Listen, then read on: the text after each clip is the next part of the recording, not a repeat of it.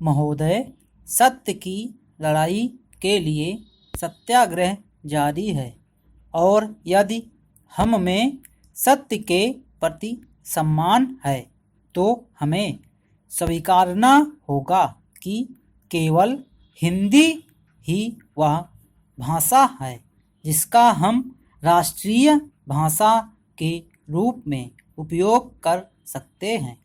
इस प्रकार स्वतंत्रता आंदोलन के दौरान के हमारे नेताओं के अनुभवों ने उनमें यह विश्वास भर दिया था कि हिंदी भाषा राष्ट्रभाषा हो सकती है और इसी के अनुकूल संविधान में उसे राष्ट्रभाषा घोषित किया गया।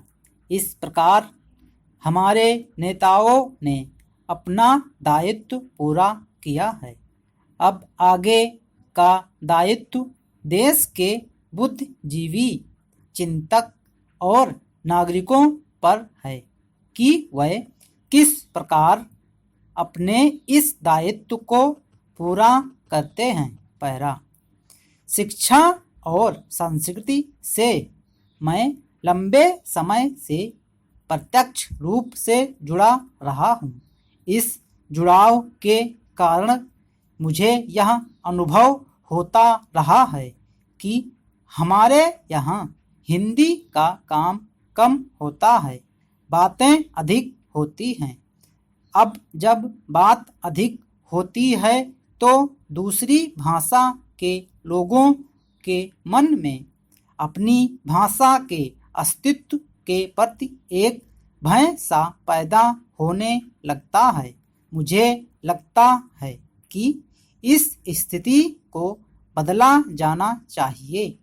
पूरे देश में एक ऐसे वातावरण के निर्माण की कोशिश की जानी चाहिए जिससे लोगों के मन में हिंदी सीखने की भावना स्वयं ही पैदा हो और ऐसा करना कठिन काम नहीं है।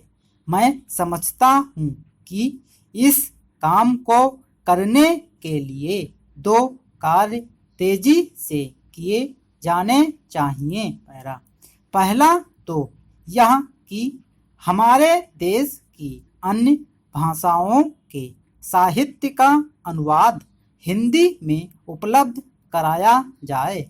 मैं चाहता हूँ कि हिंदी एक ऐसी भाषा बने जिसके माध्यम से यदि कोई भी हिंदी भाषी किसी भी अन्य भाषा का साहित्य जानना चाहे तो वह उसे हिंदी के माध्यम से मिल जाए। किसी भी भाषा को आकर्षित होने के लिए यह बहुत बड़ा महत्व रखती है। आप लोगों को मालूम ही होगा कि जब देवकीनंदन जी ने चंद्रकांता संतति लिखी थी तो इस रचना को पढ़ने के मोह के कारण अनेक लोगों ने हिंदी सीखी थी। यह बात बांग्ला साहित्य के प्रति भी देखी गई है और मुझे लगता है कि हिंदी भाषा को देश की संपूर्ण भाषाओं के साहित्य का माध्यम बनाने के बाद फिर से लोगों में इसके प्रति आकर्षण बढ़ेगा। यह काम छोटा नहीं है, फिर भी इसके महत्व और अनिवार्यता को देखते हुए इसे किया ही जाना चाहिए। पहला, महोदय, सतत विकास एक ऐसी प्रक्रिया है जिससे वर्तमान पीढ़ी की आवश्यकताएं पूरा करने के साथ साथ भावी संतति की आकांक्षाओं और आवश्यकताओं की पूर्ति में कोई कठिनाई न आए। इस प्रक्रिया में वर्तमान और भावी आवश्यकताओं के अनुरूप संसाधनों के उपयोग, प्रौद्योगिकी एवं पूंजी निवेश की दिशा तथा संस्थागत परिवर्तन किए जाते हैं।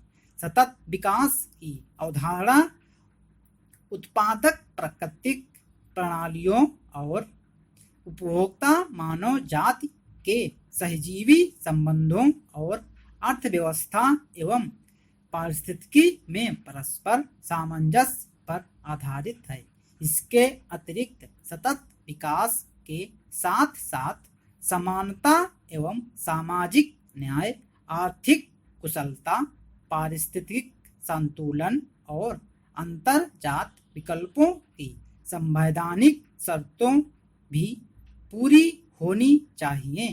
पैरा सतत विकास और पारिस्थितिकी तंत्रों में घनिष्ठ संबंध होता है।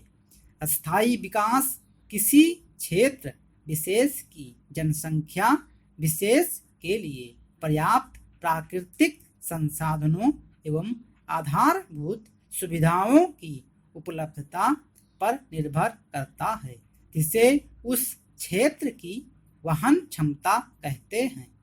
किसी क्षेत्र में विकास प्रक्रिया को निरंतर बनाए रखने के लिए प्राकृतिक संसाधन पर्याप्त हैं या नहीं, यह जानने के लिए वहाँ की जनसंख्या, आर्थिक विकास स्थिति एवं प्रदूषण के स्तर की जानकारी जरूरी है। इसके अतिरिक्त यह भी जानना जरूरी है कि पारिस्थितिक प्रणाली विशेष विकास कार्यों के संभावित प्रभावों को आत्मसात करने में कितनी सक्षम है, जिससे पर्यावरण को किसी प्रकार हानि न हो या यथासंभव न्यूनतम क्षति पहुँचे।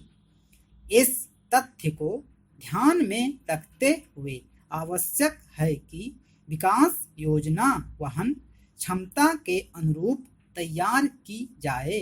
प्रौद्योगिकी के मूल्यांकन के आधार पर ऐसी पर्यावरण नीति बनाई जाए कि प्रदूषण की समस्या पैदा ही न हो। आर्थिक ढांचे में आमूल परिवर्तन किए जाएं तथा विकास परियोजनाएं आरंभ करने से पहले उनका पर्यावरणीय प्रभाव मूल्यांकन किया जाए, तभी सतत विकास का लक्ष्य पूरा किया जा सकता है। इस लेख में लघु उद्योगों में उत्पादन के नवीनीकरण, संसाधनों के उपयोग के लिए जैव प्रौद्योगिकी की उपयोगिता के विशेष संदर्भ में सतत विकास में प्रौद्योगिकी की भूमिका संबंधी विचार प्रस्तुत किए गए हैं। सतत विकास में प्रौद्योगिकी की भूमिका का संबंध विभिन्न सामाजिक एवं आर्थिक क्षेत्रों में उत्पादन की ऐसी विधियों से है जो पर्यावरण के अनुकूल हों और जिनसे संसाधनों के उपभोग में कमी हो सके। भविष्य में अस्थायी आर्थिक प्रगति के लक्ष्य की प्राप्ति के साथ साथ संसाधनों के अधिक कुशल उपयोग द्वारा निवारक पर्यावरण प्रबंध योगदान होगा।